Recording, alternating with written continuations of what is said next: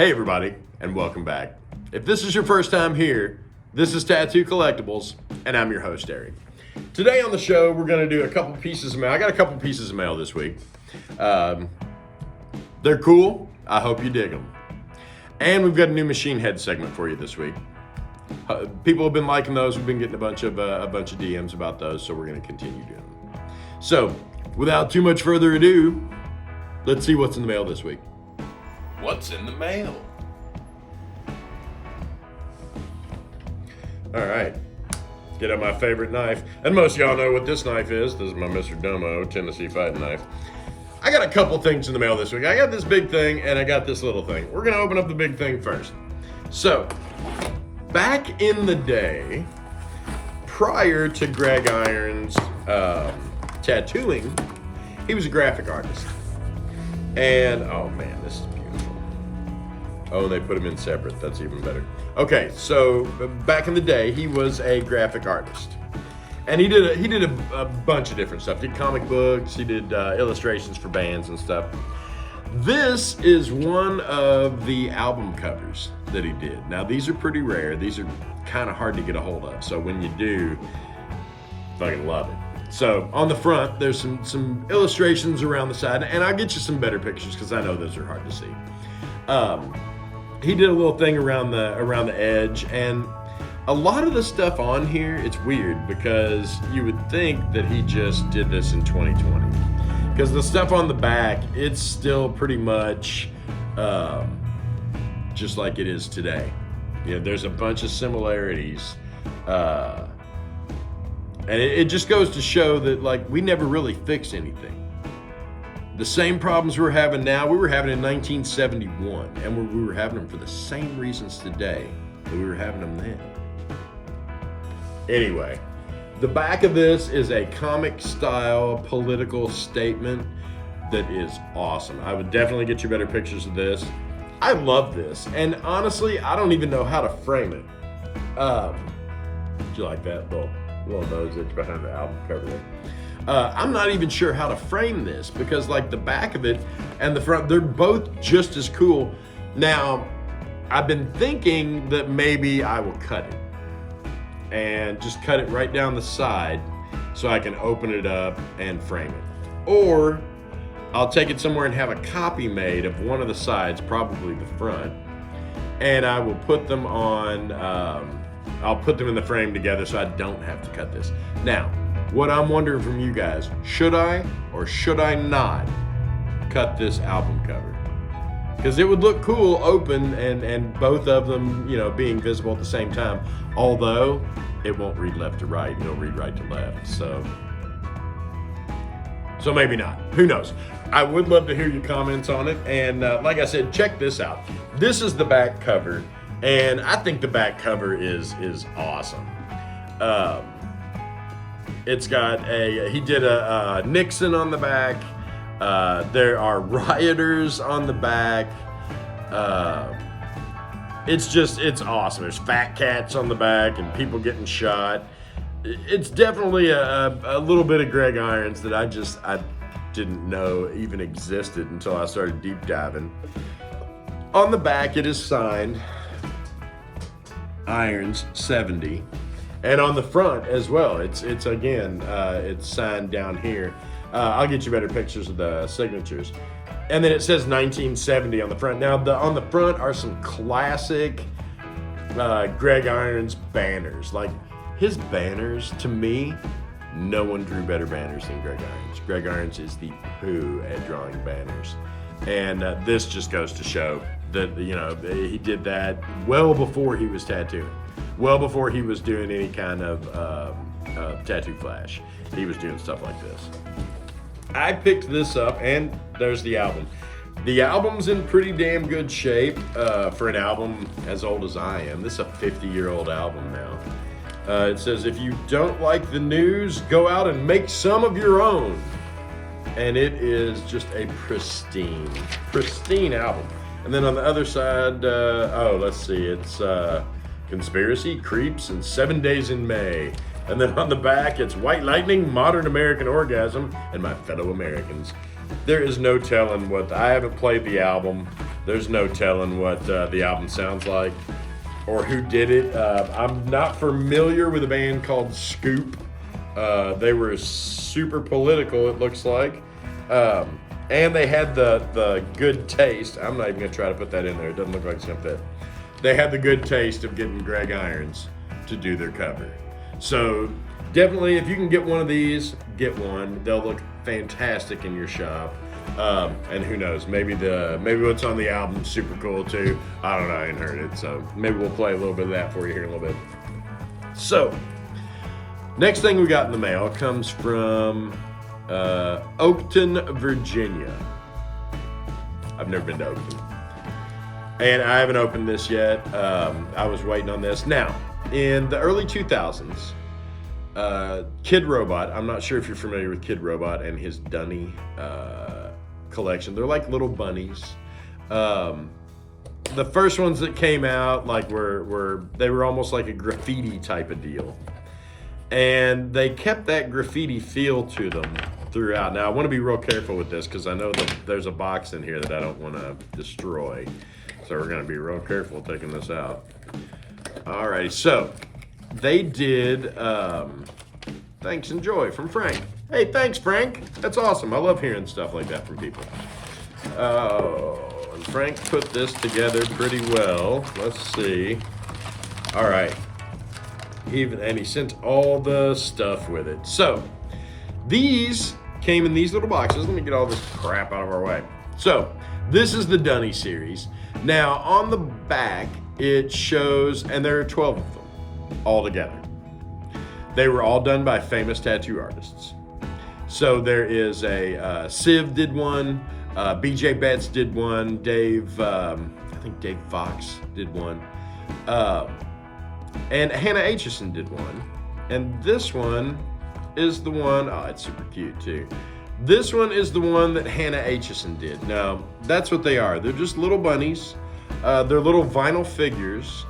But they were done by famous tattoo artists. And here's what I really wanted out of this thing. They came with these little, I think that is a temporary tattoo. That is hilarious. Yep, it's a temporary tattoo of it right there. So you get this little temp tattoo with it. But this I thought was super freaking cute. That's a little tattoo machine in there, people. I'll get you way better pictures of that, but it's got a little handle on it so you can put it in the Dunny's hand. Now, some of these were super easy to get. Some of them were super freaking rare. This one is one of those super rare ones. It doesn't even say the number of how many this was. Like most of them, like the Civ one, it was 1 in 16. So every 16 you open, you got one of those. The BJ Betts was 1 in 16. There's one by Nick Baxter on here that is 1 in 48.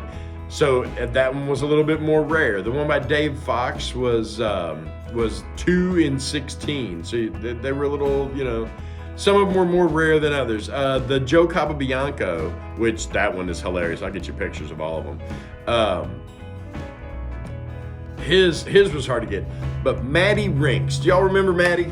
Maddie sent us the Lyle Tuttle book with all the clippings in it. If you go back a few episodes, I think it's in season 2. If you go back to season 2, you'll see the Maddie Rinks episode. Maddie did one of these. And they don't even picture it on the box. Maddie's was probably the rarest of the set. And it was covered in vaginas and boobs. So these are definitely not made for children, even though they look like they are.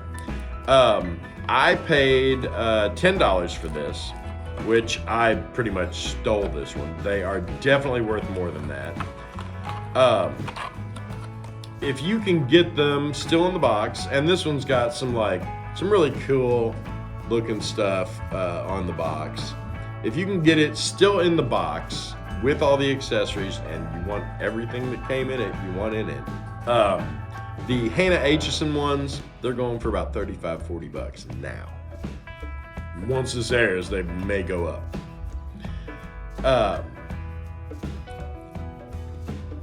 I've seen the whole set available for $650.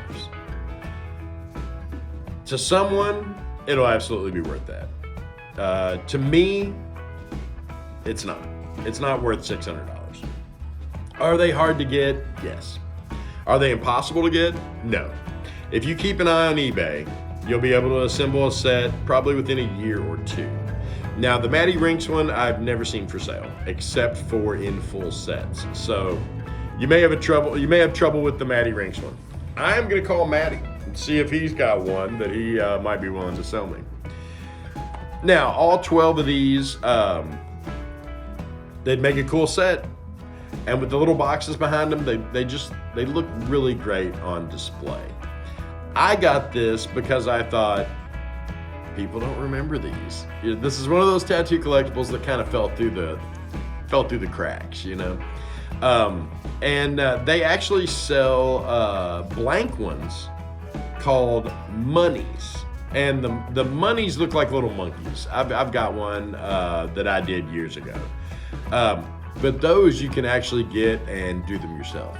So if you want to do one of these up, I'd love to see a picture of it. So just go ahead and send it to us. Address is down in the description where it always is. So feel free to drop me a line, drop me a picture. I'd love to see the ones that you all are doing. That's a short and sweet one for the What's in the Mail today. Didn't get too much in the mail this week, but I thought y'all would enjoy seeing those. Definitely drop me a comments telling me what you think. Hannah, I would love to hear from you and hear the background on your design here. You just never know the stories until you hear them. So Hannah Aitchison, if you're listening out there, love to hear the story of how this dunny came about, you know?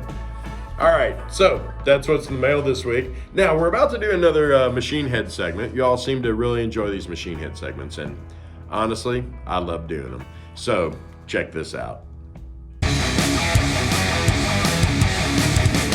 Hey everybody, welcome back to Machine Heads. So, today on Machine Heads, I'm gonna do another one of my little daily drivers. Now, in the last episode, I told you that I had two machines that do type 3s to type 5s.